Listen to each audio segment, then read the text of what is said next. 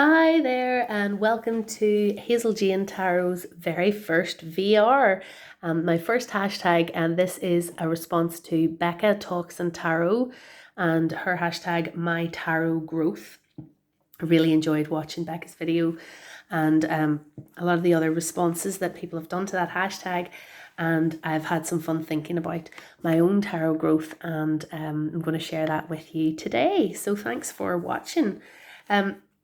So the hashtag encourages us to start with your very first tarot deck and talk a little bit about how you read tarot at the beginning, and then jump forward to the way you read tarot now and your most recent tarot decks. And I am going to do that and maybe talk a little bit about a few of the significant steps in my tarot growth in between times. So this is my very first tarot deck. If you've watched my deck collection video, you'll already know this. This is the Tarot of a Moon Garden. And this deck was slightly bigger originally, but I had a bit of an edging disaster and had to trim it. So I bought this in 1997 and I saw it in a shop and I just really fell in love with the images on the box. I had heard of tarot, but I had never read tarot before or had my cards read.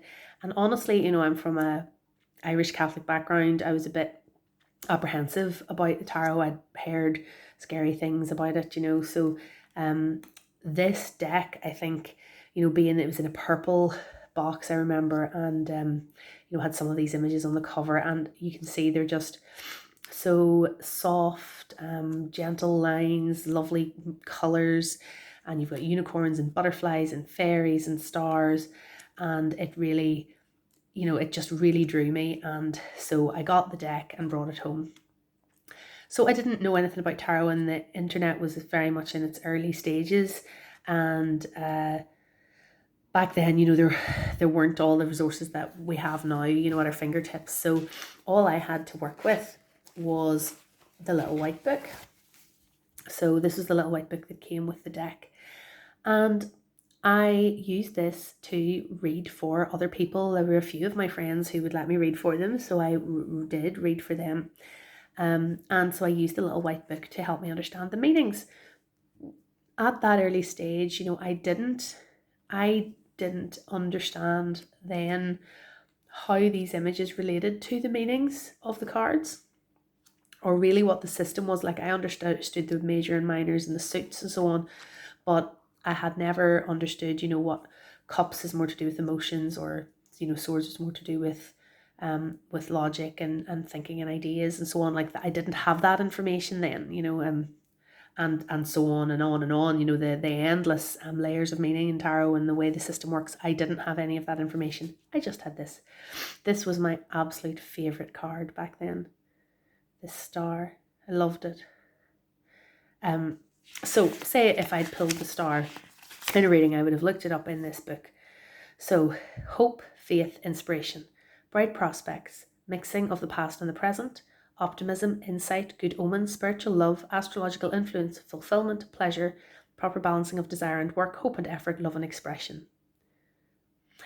And I've got to say, when I was reading in the early days, it was hard to pick which of those things is it, in this reading. And I did find that quite challenging. And the other thing that was hard at the beginning, because of the way this deck is, it's quite pippish the way it's been designed. So, okay, now with my experience and knowledge, I can see that the design of this Two of Cups has incorporated like a heart in the way the plants are depicted. And you've got two butterflies, and they're creating a heart with their little antenna. So there are echoes of the meaning that I now understand to be behind the Two of Cups in the way the illustration is done. But for me as a new reader, like, there was no way that I saw that picture of two cups and even imagined that there was supposed to be a link between, or that there could be a link between the image and the meaning. So I'd look up two cups and say friendship, beginning, or renewed, love, engagement, understanding, but that wasn't clear to me from this picture. But, you know, I did readings with the deck. I had to use the book all the time because I couldn't read the images and I didn't really understand the system.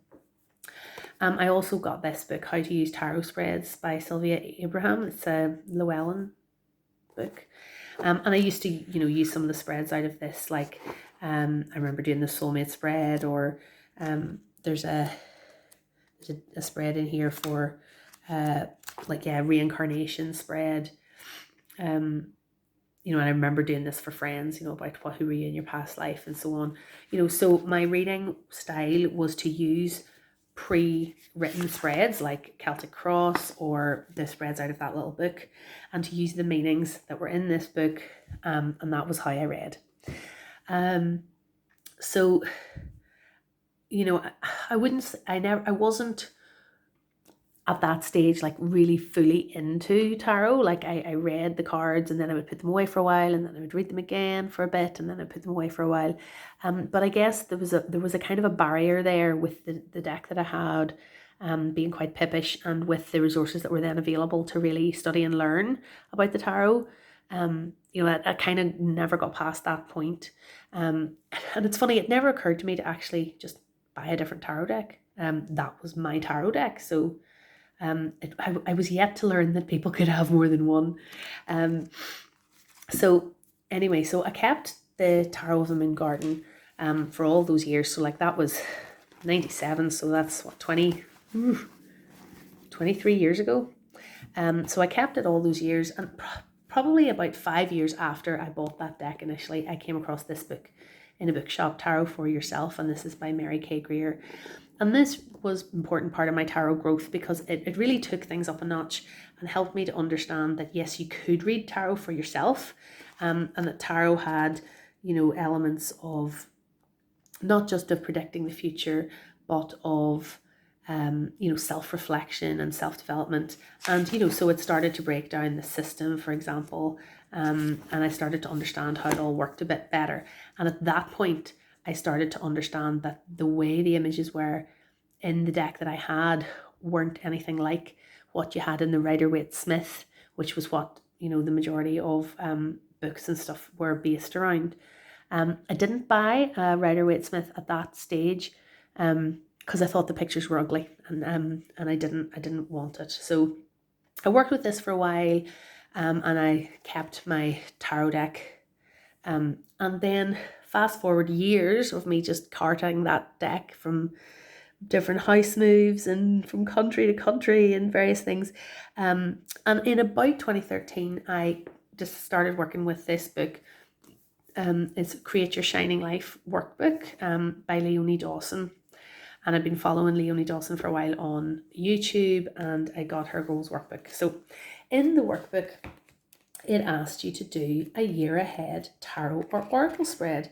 And it really looked something like that, you know, where you pulled a card for the month ahead, and, you know, you could print it and stick it in, or and write what the card meant. And I thought, instead of just using my tarot deck that I already had, I would have a look online and see, oh, what else there was, and try an oracle deck. So I searched around a bit, and I thought this was my very first oracle deck that I ever purchased, the Gaia Oracle by Tony Carmine Salerno, and I used it that year to do a year ahead spread for my Create Your Shining Life workbook. So that was kind of my gateway drug back into tarot, because in searching and looking at oracle decks online, obviously I discovered that there was this whole new world. Like, you know, like Amazon existed and YouTube existed and so on. That there was a whole lot more to tarot and oracle than I ever knew back when I got my first deck initially. And in looking at the Gaia Oracle, I had come across the Gaian Tarot. Now the Gaian Tarot was out of print at that time, but there was information online that this edition, the Schiffer edition, was coming out very, very soon. So I think it was only within a month or two of me discovering images of the Gaian Tarot online that I finally was able to get this deck. So once again, there's the Star, which was my first favorite card. It's beautiful in this deck as well. But the Gaian Tarot just took things to a whole new level for me. The book that comes with this deck is amazing, and I worked with this a lot. Now, as you'll know if you've watched my deck collection video, I have since purchased the Llewellyn version, the out of print Llewellyn edition of this, because it doesn't have those horrible blue borders. I love this lover's card because it's very like myself and my partner. So this deck I loved and started to work with, and that really then was the beginning of me starting to learn tarot really properly. And I started listening to the Bitty Tarot podcast, and in that Bridget interviewed a whole lot of different people, one of whom was Benabel Wen, so that put me onto Benabel Wen's YouTube channel, and so on and so on. And you know how it goes. If you're here watching my channel, you've come across all those other people as well, and sort of fallen down that rabbit hole too. So that was those are the sort of significant steps early on in my tarot growth. So if we jump forward to where I am today, in my tarot reading, this is still my favorite tarot deck. Not this version with the blue borders, but the Gaian Tarot is still my favorite tarot deck. I've moved on quite a lot from the art of the Tarot of a Moon Garden. The Moon Garden has a lot of, fairies and unicorns and dragons and that sort of thing. And I really don't like decks like that now. Like that, they really turn me off actually. And I have got rid of a few oracle decks, with mermaids and fairies and things that I had thought were pretty, but when I found working with, I didn't really like that style. I much prefer decks that are kind of more real world figurative. So like the Gaian Tarot I love. This is the Slow Tarot. It's another deck that I really love. It's a bit more like the Gaian Tarot. It's kind of modern. The art is absolutely gorgeous. It's colourful, figurative, and that the images are narrative, that you can, unlike that pippish deck that I had at the beginning, I really prefer now images that kind of tell a story and can be read to prompts of your prior knowledge of tarot, but also just the story within the image tells you what you need to know. Those are really the kinds of decks I prefer. So again, decks like This Might Hurt is another one that I really love. Again, it's really colourful and figurative, and the images are narrative, and you can easily relate it back to. They're all Rider-Waite-Smith based as well, as you'll notice. I mean, the Gaian Tarot is slightly its own thing, but the decks that I prefer are Rider-Waite-Smith influenced, or making their own system, kind of that's vaguely related to that. I haven't gone into Tarot de Marseille. I haven't gone into Thoth. I'm not really that interested in that at the moment. I'm much more into brightly coloured, figurative, Rider-Waite-Smith based decks. I do now own a copy of the Rider-Waite-Smith Centennial Edition, but I strictly use it for study purposes and don't actually read with it at all.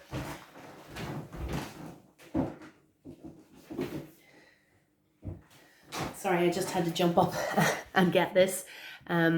So in terms of moving on then from in reading, moving on from the little white book, like I've studied a lot in terms of reading books, watching YouTube videos, and so on. And then this is, if you've been watching my channel or following me on Instagram, you'll have seen this before. This is my journal that I've started of tarot meanings. So I've been kind of bringing together my understanding of the card meanings into this, and this sort of study project.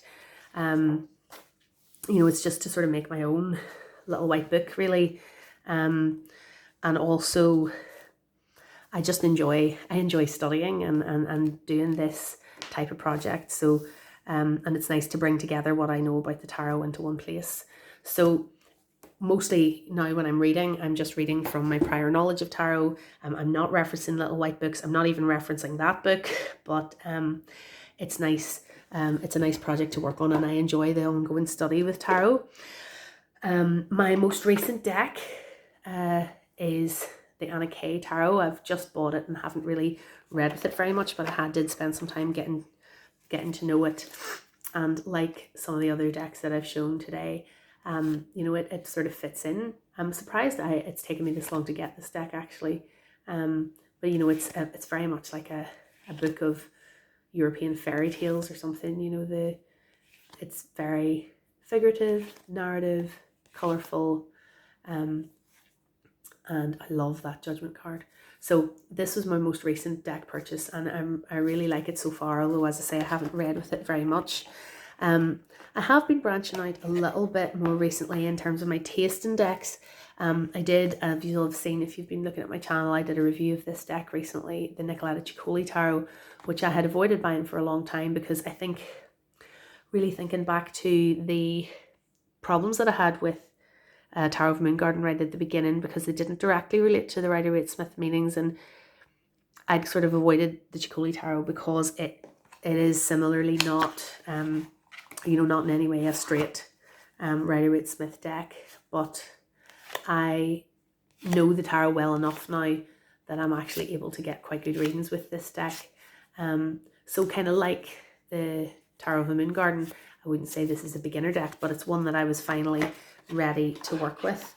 Another deck that I bought recently and did a walkthrough of recently on my channel is the Visconti Sforza. I bought it at the same time as the Ciccoli Tarot. And this is more, you know, again, showing the depth of getting into tarot in a different way, you know, having a look at some of the more historical decks. And again, this is totally a pip deck. And I haven't read with this, but I did get it. And there are other historical decks now that I do want to get, you know, just to deepen my understanding of the background of tarot. And really where I'm at with my reading nowadays, I read for myself quite often, you know, daily draws, weekly readings on specific issues. But I also now I have a shop online, and that's Hazel Jane Tarot at bigcartel.com. And I'll put the list below, or the link below for that. And that's where I'm offering readings to the public. So if you'd like to get a reading from me, you can get it there. And that has been a kind of a culmination of a journey that, you know, started back in 1997 and, you know, in recent years has included starting up my Instagram, where I have really enjoyed having conversations with people about tarot over the last couple of years, and then this year starting my YouTube channel and getting a bit more involved in the conversation that I've been watching for a few years from the sidelines. So it's I'm in a very different place than I was when I started. And yeah, the great thing about tarot is it just keeps going, and there's more to learn and more to study, and you know, more pages in the tarot journal to fill and more readings to do and people to read for, and yeah, it's been a really enjoyable part of my life, and more so as I've got more involved in it over the last 10 years or so. So anyway, that is my response to the hashtag #MyTarotGrowth. So check out Becca Talks Tarot's video to this if you haven't seen it already. I'll link it below.